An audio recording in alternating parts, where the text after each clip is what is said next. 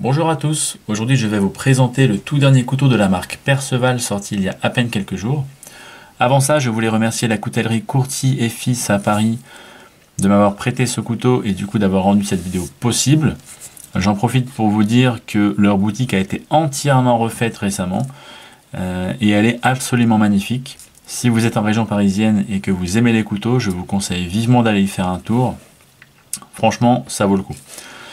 Alors, on en revient au couteau qui s'appelle le Vendredi, nom qui est tiré d'un personnage qu'ils ont créé pour l'occasion. Donc un marin qui aime le bon vin. Voilà. Pourquoi un marin qui aime le bon vin? Parce que ce couteau est en fait inspiré du London et a un tire-bouchon. Alors on va voir ça d'un peu plus près dans un instant. Mais déjà je voulais vous montrer le packaging qui est assez sympa. Voilà, assez original, coloré, ça change un petit peu de ce qu'ils ont l'habitude de faire. On a un petit descriptif comme ici. On voit qu'on a une lame en 14C28N, le tire-bouchon, voilà, quelques petits détails. Handmade in France, avec des petites illustrations assez sympathiques. On a un petit papier avec la description des matériaux utilisés pour ce couteau. Ils ont une sélection un petit peu différente des autres couteaux qu'ils produisent. Vous allez voir ça par exemple la noix de coco, je n'avais jamais vu ça avant. Ensuite, on a le couteau qui se présente comme ça. Voilà, vraiment très joli. Et juste en dessous, et ça ressemble à la présentation de Perceval classique, on a l'étui qui est en cuir de vachette. Mais on va y revenir à la fin de la vidéo. Alors voici donc le couteau Vendredi. J'ai également une autre version à vous montrer un petit peu plus tard. Donc ici j'ai la version en loupe de bois de fer. On voit que c'est un couteau clairement inspiré par le London, un couteau marin d'origine anglaise mais baptisé ainsi par les Bretons. Ce qui fait que les connaisseurs vous diront qu'il ne faut pas prononcer London, mais plutôt London.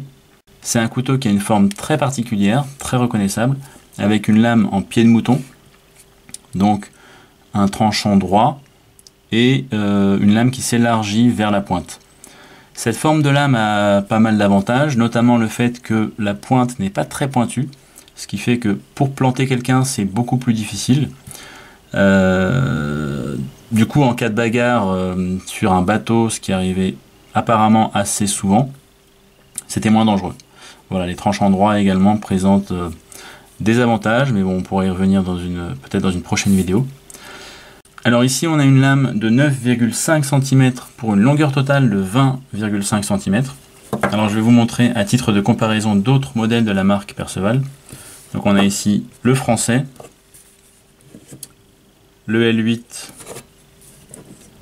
le L10, le London et un petit modèle qui n'est pas sur leur site puisque c'était une série limitée qui était faite pour un forum, mais il a un petit peu cette forme pied de mouton, donc voilà, je l'ai inclus dedans. Donc au niveau de la taille, on est assez proche, c'est même la même taille que le L8 et le L10 pour ceux qui connaissent. Donc au niveau des lames, on est encore une fois assez proche du L8 et du L10. Déjà par la forme un petit peu pied de mouton, mais surtout par la longueur de lame qui est exactement la même.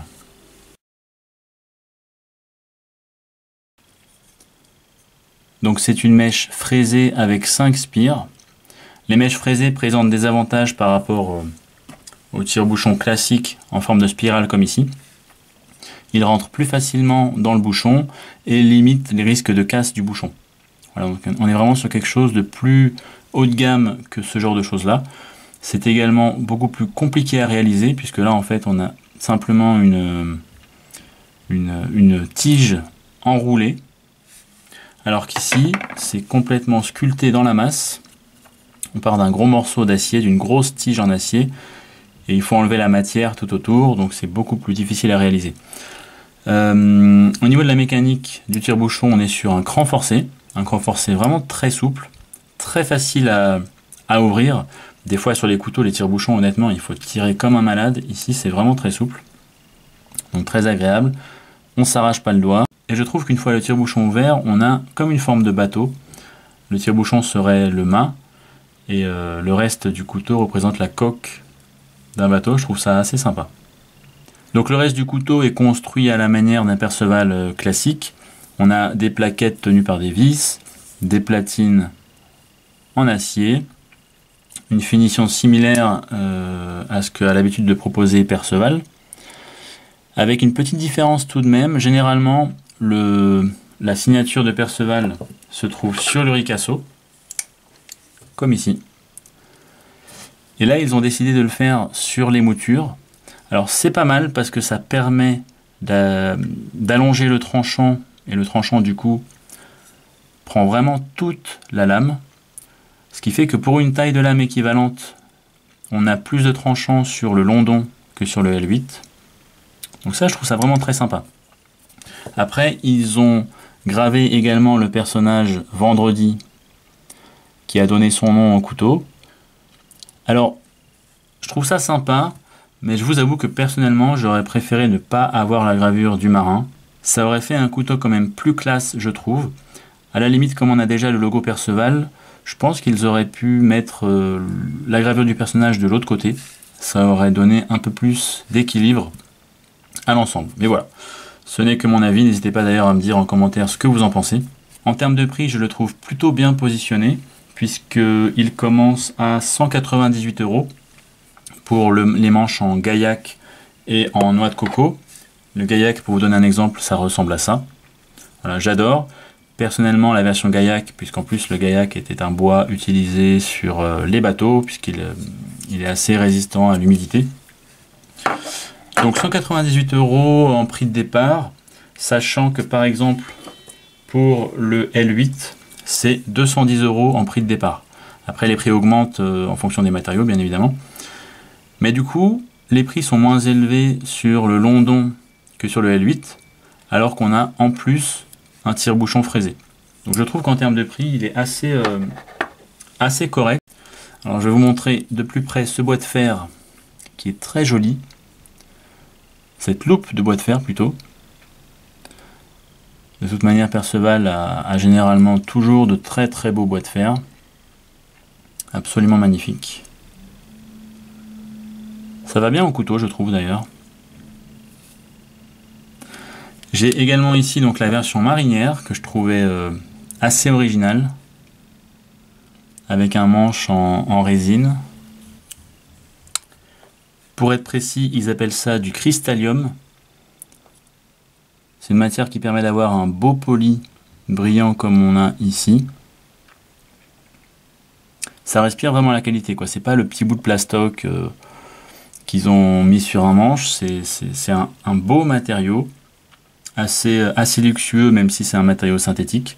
Et on a un certain poids, je trouve, avec ce matériau-là. Je dirais que le couteau pèse autant que la version bois de fer, et le bois de fer est un bois assez dense, assez lourd en général. Donc voilà, vraiment très original.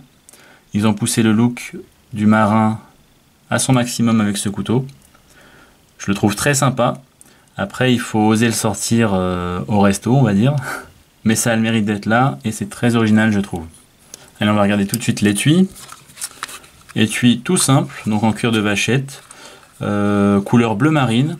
Quelle que soit la version du couteau que vous achetez, l'étui sera bleu.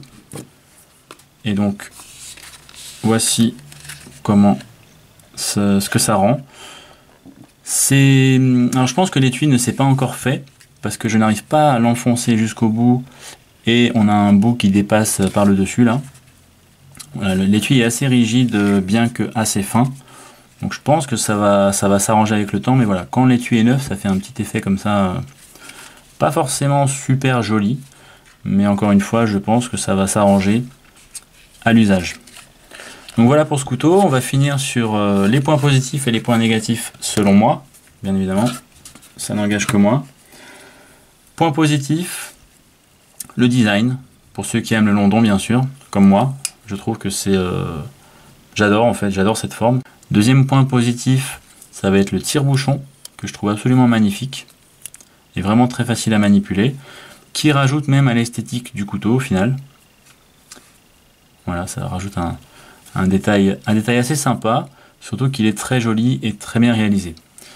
Et enfin, je dirais le prix, parce qu'encore une fois, comparé au L8 et au L10, je le trouve assez accessible, il est moins cher et on a en plus un tire-bouchon. Du coup, meilleur rapport qualité-prix.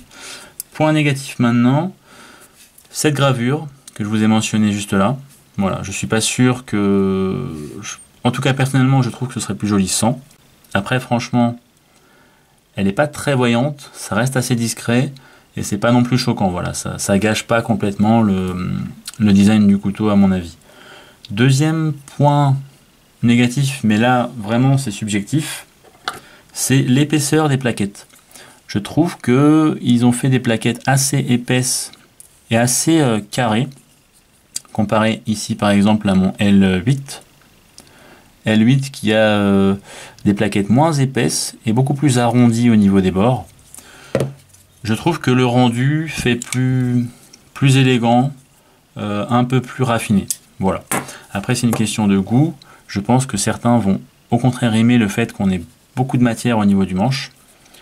Donc mais voilà, je voulais quand même vous le faire remarquer, puisque vous n'aurez pas forcément la possibilité d'avoir ces couteaux en main.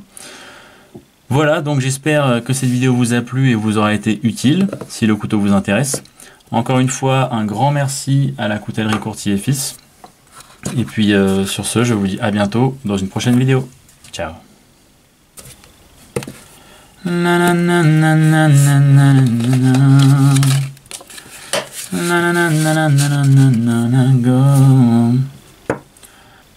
Mais ça a le mérite d'être là et c'est encore une fois je le trouve assez bien proposé.